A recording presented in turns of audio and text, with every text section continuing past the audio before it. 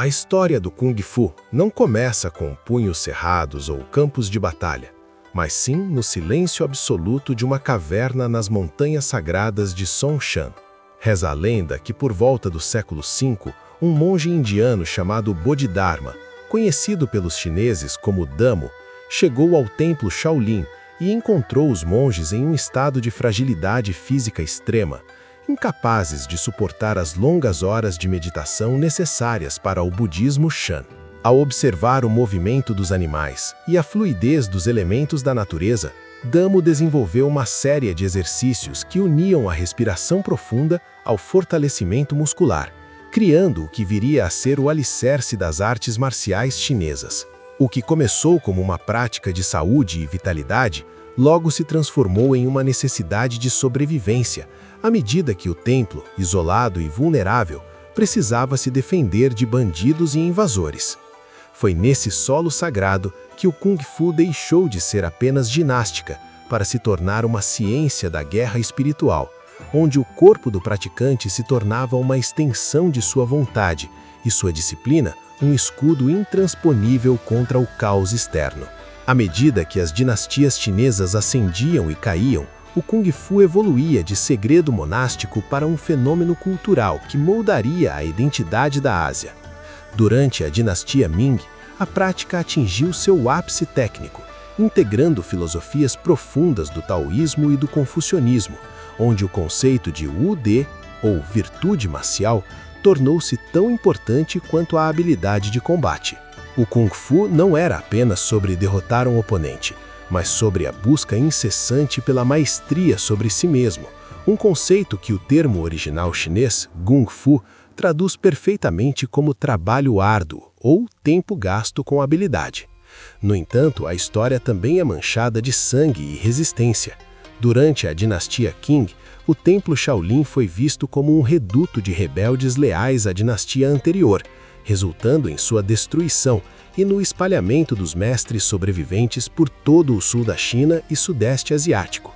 Esse êxodo forçado foi o que permitiu o nascimento de diversos estilos que conhecemos hoje, como o Wing Chun e o Choi Li Fut, cada um adaptado às necessidades de combate em becos estreitos ou em barcos, transformando a arte marcial em uma ferramenta de resistência política e preservação cultural contra a opressão. Conforme as dinastias passavam, o Kung Fu se tornou a linguagem oculta da resistência chinesa, uma tapeçaria tecida com os fios da filosofia taoísta e confucionista. Durante a dinastia Ming, vivemos a Era de Ouro, onde mestres lendários catalogaram estilos que imitavam a ferocidade do tigre, a precisão da garça e a astúcia da serpente, criando o conceito de Wu De, ou virtude marcial. Não se tratava de aprender a bater, mas de aprender a nunca precisar fazê-lo. No entanto, o destino do Kung Fu mudou drasticamente com a ascensão da dinastia Qing, de origem Manchu. O templo Shaolin, visto como um ninho de rebeldes patriotas, foi reduzido a cinzas em um incêndio que durou 40 dias. Daquelas chamas, 5 mestres lendários escaparam, os chamados 5 anciões, que espalharam as sementes do Kung Fu pelo sul da China. Foi neste submundo de sociedades secretas e barcos vermelhos que estilos como Wing Chun foram forjados para o combate em espaços confinados e assassinatos silenciosos contra opressores. O Kung Fu deixou de ser uma coreografia monástica para se tornar a última linha de defesa de um povo que se recusava a ser colonizado, transformando cada aldeia em uma fortaleza invisível. Culturalmente, o Kung Fu é o maior pilar de soft power da Ásia, uma força que não apenas preservou o folclore chinês, mas que hoje sustenta uma economia global de bilhões de dólares. Do turismo sagrado nas montanhas Wudang, à indústria cinematográfica de Hong Kong, que salvou a economia da ilha nos anos 70, o Kung Fu é o produto de exportação mais resiliente da história. Quando Bruce Lee apareceu nas telas, ele não estava apenas lutando. Ele estava quebrando o estigma do homem doente da Ásia e vendendo para o Ocidente a ideia de que a disciplina oriental era o caminho para a transcendência física. Economicamente, o Kung Fu hoje alimenta federações globais, escolas de elite e o cinema de ação moderno. Mas sua maior riqueza é invisível. Ele é o código de ética que mantém o respeito e a hierarquia vivos em uma Ásia hipertecnológica. Ele é o equilíbrio necessário em um mundo de caos, provando que a verdadeira maestria não é medida por quantos homens você derruba, mas por quantas vezes você é capaz de se levantar com a dignidade de um dragão. Culturalmente, o Kung Fu é o fio condutor que une o passado místico da China à modernidade globalizada, servindo como a maior ferramenta de soft power que o Oriente já produziu.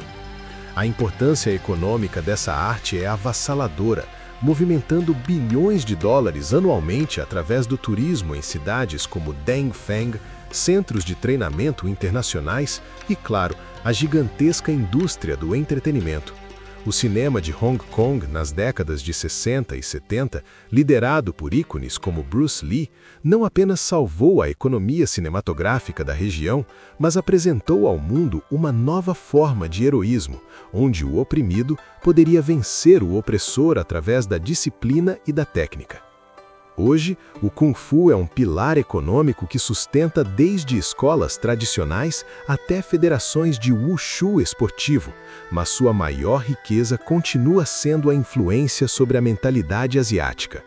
Ele ensina a resiliência diante da adversidade, o respeito à hierarquia e a busca pelo equilíbrio entre o Yin e o Yang, provando que, embora as armas de fogo tenham mudado a face da guerra, nada é mais potente do que uma mente treinada e um espírito que recusa a se dobrar.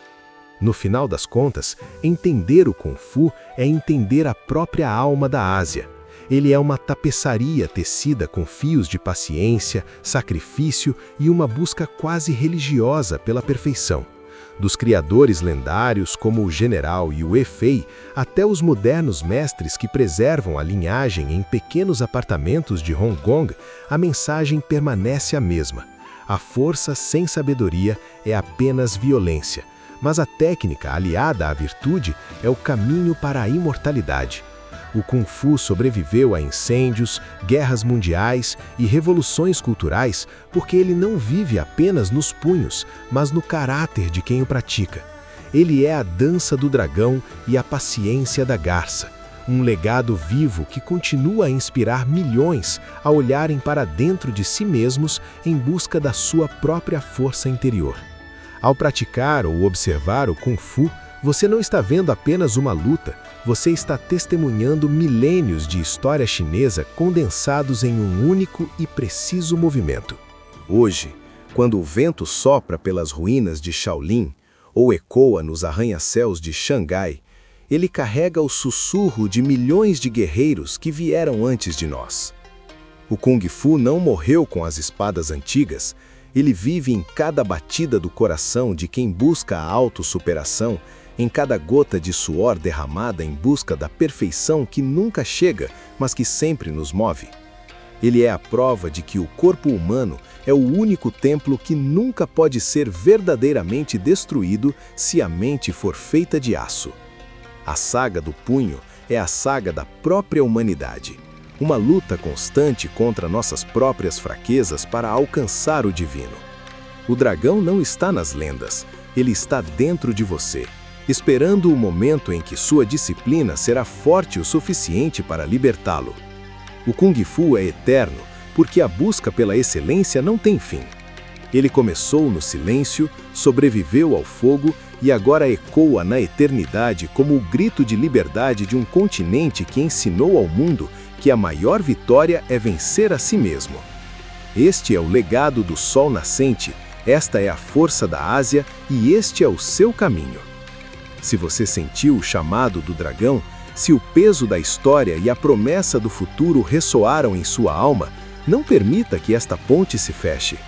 Cada história que trazemos é uma gota de tinta no grande pergaminho da nossa existência compartilhada. Ao se inscrever no Mundo Ásia, você não está apenas seguindo um canal. Você está reivindicando seu lugar em uma caravana de exploradores que recusa o óbvio e abraça o extraordinário. Deixe seu rastro nos comentários, torne-se parte da nossa linhagem e ajude-nos a manter viva a chama da curiosidade que une o Ocidente ao mistério do Sol nascente. Inscreva-se, ative o sino e caminhe conosco. Porque no mundo Ásia, a jornada nunca termina. Ela apenas se transforma em uma nova lenda. Obrigado por estar aqui. Nos vemos no próximo horizonte.